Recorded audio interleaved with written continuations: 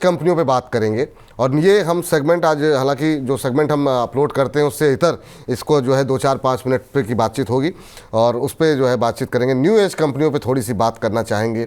और यहाँ पर ज़्यादातर कंपनियों के अंदर जो है हम देख रहे हैं कि एक तरीके से टेक्निकल ब्रेकआउट जैसी स्थिति जो है वो आती हुई दिखाई दे रही है। क्या आपको भी ऐसी स्थिति यहाँ पर दिखाई दे रही है? सबसे पहले अगर हम बात करें पेटीएम को लेकर के, तो वहाँ पर हम देख रहे हैं कि काफ़ी अच्छा मूव जो है आज देखने को मिला है और शेयर में काफ़ी पॉजिटिव रुझान देखने को मिल रहा है।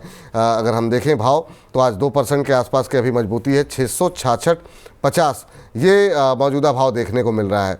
पेटीएम से शुरुआत करना चाहेंगे, आप कैसे देख रहे हैं सर? पिछले 4 महीनों में 120% के आसपास की रैली आ चुकी है। क्या अभी यहाँ पर कोई फ्रेश बाइंग की सलाह रहेगी? जिनके पास बने हुए हैं उनको क्या करना चाहिए? और डबल हो चुका है पिछले 3-4 महीनों में शेयर, आपकी सलाह क्या रहेगी? देखिए विपुल जी, हालांकि पेटीएम मुझे बहुत ज्यादा पसंद नहीं है क्योंकि स्टॉक में जब भी नेगेटिव न्यूज आती है बड़ी तेजी से नीचे आता है। But as a standard disclaimer, Tuesday को हमने अपने क्लाइंट्स को 643 में बाई दिया था। ये स्टॉक 700 रुपये 90 पैसे के टारगेट के साथ टेक्निकल ब्रेकआउट है फ्लैग पैटर्न का, इसलिए हमने स्मॉल क्वांटिटी में लॉन्ग करने के लिए कहा है 643 पे।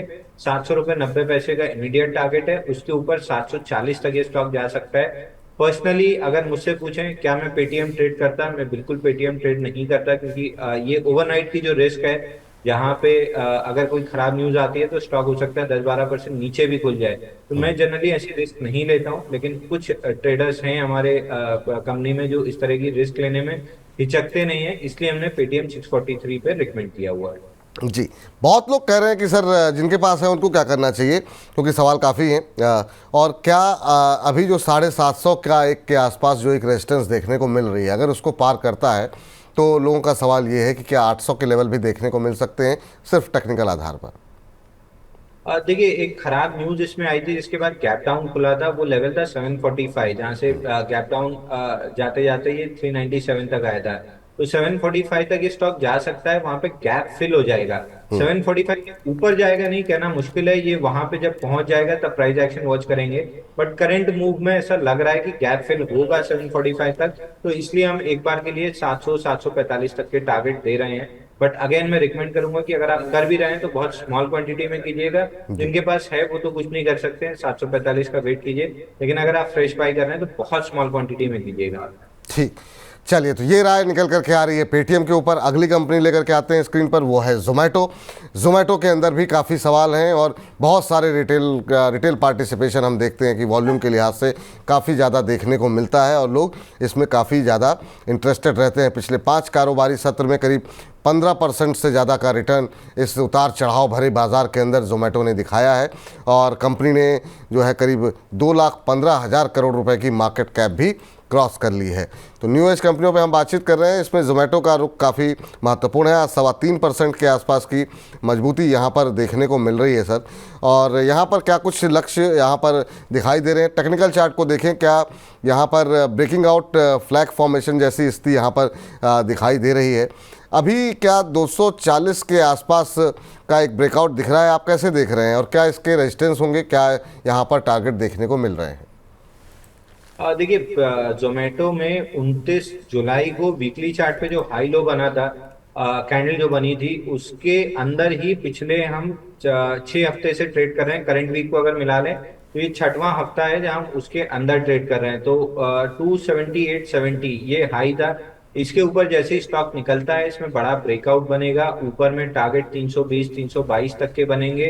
ये वो इकलौता स्टॉक है जहां पे मेरी एनालिसिस थोड़ी सी गलत हुई थी।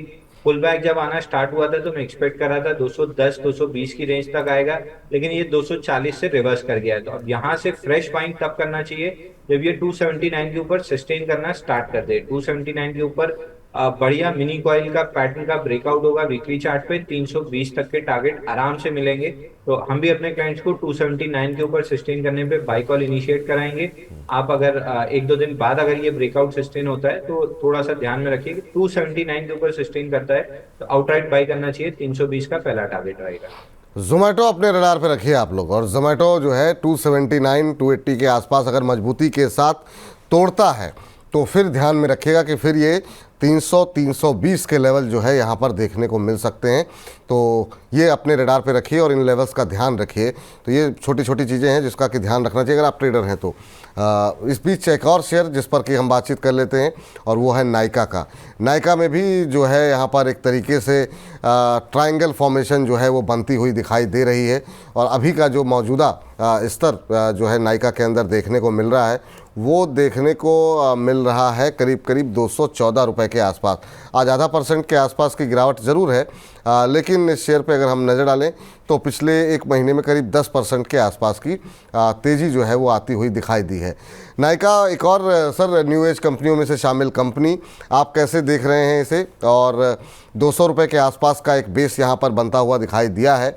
अभी ये महत्वपूर्ण जो है जो मूविंग एवरेजेस हैं उसके ऊपर कामकाज करता हुआ, क्या कुछ टारगेट यहाँ पर दिखाई दे रहे हैं आपको यहाँ पर, और क्या कुछ लक्ष्य जो है वो देखने को मिल सकते हैं? विपुल जी, आप ही के शो पे नाइका 220 रुपए पे मैंने बाई रिकमेंड किया था और लास्ट वेडनेसडे जब इस पे सवाल आया था 208 रुपए के आसपास, तब भी मैंने रिकमेंड किया था कि अगर आपके पास है तो होल्ड कीजिए। कुछ हद तक एवरेज कर सकते हैं, फ्रेश बायर 208 रुपए में और ले सकते हैं। ऊपर में 224 रुपए जैसे निकलता है, इसमें ऑलमोस्ट 94 वीक्स का बेस ब्रेकआउट होगा। उसके बाद स्टॉक में 300 रुपए तक की रैली डेवलप होगी। तो 3 से 6 महीने का नजरिया रखते हुए स्टॉक को लॉन्ग करना चाहिए। 300 रुपए तक की अपसाइड मिल सकती है। आपके शो पे भी रिकमेंड किया है, हमने अपने क्लाइंट्स को भी रिकमेंड किया है, मल्टीपल मीडिया प्लेटफॉर्म्स पे रिकमेंड किया है। आईपीओ बेस ब्रेकआउट आ रहा है, 300 रुपए तक की मूव हमको दिख रही है स्टॉक में। 300 रुपये तक की मूव दिख रही है। तो ये बात हो गई न्यू एज कंपनियों को लेकर के, जिसमें कि हमने बात की पेटीएम, जोमेटो को लेकर के और नाइका को लेकर के।